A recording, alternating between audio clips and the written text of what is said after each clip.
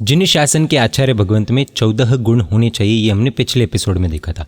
तो प्रश्न उठ सकता है कि आचार्य में 14 गुणों की अपेक्षा यानी कि एक्सपेक्टेशन क्यों रखनी?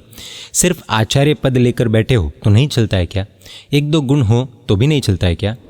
प्रस्तुत है आगम ज्ञानी बनो सीरीज के अंतर्गत उपदेशमाला ग्रंथ का एपिसोड 9। गुरु इस 11th गाथा के माध्यम से उत्तर देते हैं।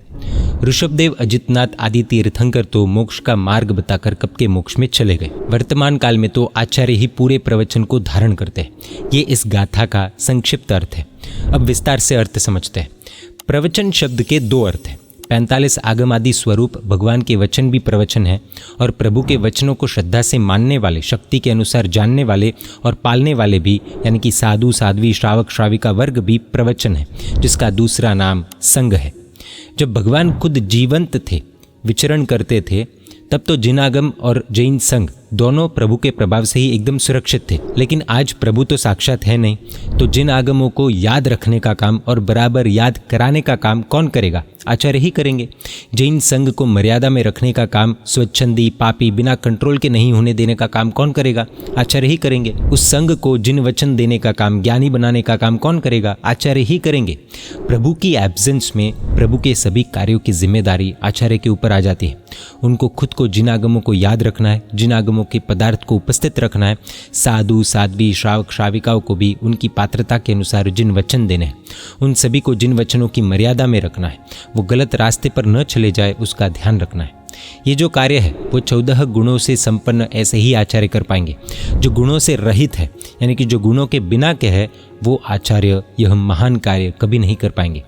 इसी कारण से आचार्य के लिए ये 14 गुण बताए गए हैं। प्रश्न, अगर 14 गुण न दिखे तो गुरु भगवंत इसका उत्तर इस प्रकार से देते हैं कि शास्त्रों में कहा है कि संपूर्ण गुणवान उत्तम है, 75% गुणों का धारक मध्यम है, 50% गुणवान जघन्य है, उससे कम हो तो वो अयोग्य है।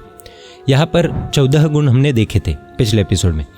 जो 14 गुणों के धारक है वो उत्तम है, जो 11 गुणों के या फिर 10 गुणों के धारक है वो मध्यम है, जो 7 गुणों के धारक है वो जघन्य है, उससे कम गुणों वाले हो तो वो अयोग्य है। श्री धर्मरत्न प्रकरण में और श्री 350 गाथा के स्तवन में ये बात बताई गई है। यहाँ पर 14, 11, 7, 14, 11, 7 ये जो संख्या के आधार पर विभाग बताया है वो सामान्य से समझना है। बाकी तो गुणों की क्वालिटी के आधार पर निर्णय करना है। किसी के पास सिर्फ 4 गुण हो लेकिन महत्व के हो तो वो 11 गुणों वाला भी कहा जा सकता है।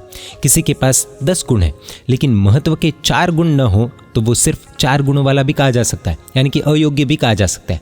इसमें कौन से गुण महत्व के है, कौन से गुण नॉर्मल है, वो तो ज्ञानी गुरु भगवंत ही कह सकते हैं। सभी के अभिप्राय अलग अलग भी हो सकते हैं। तो भी युग प्रधान आगम यानी कि उस काल में दूसरों की अपेक्षा से अधिक ज्ञान वाले, उपदेश पर यानी कि सुंदर वचनों के द्वारा मोक्ष मार्ग में प्रवृत्ति कराने वाले, अप्रतिश्रावी यानी कि गुप्त बातों को किसी को भी नहीं करने वाले, प्रशांत हृदय यानी कि क्रोध आदि कषायों से रहित मन वाले, ये 4 गुण अधिक मूल्यवान लगते हैं। बाकी के गुण भी अपनी अपनी अपेक्षा से मूल्यवान है ही, फिर भी इन 4 गुणों को अधिक महत्व देना उचित लगता है। जिन शासन को और जैन संघ को संभालने का काम ऐसे गुण संपन्न आचार्य ही कर सकते हैं। पूज्य साधु भगवंत इन गुणों को प्राप्त करके ही आचार्य पद ग्रहण करे तो जिन शासन की रौनक ही बदल जाए, ऐसा हमें लगता है।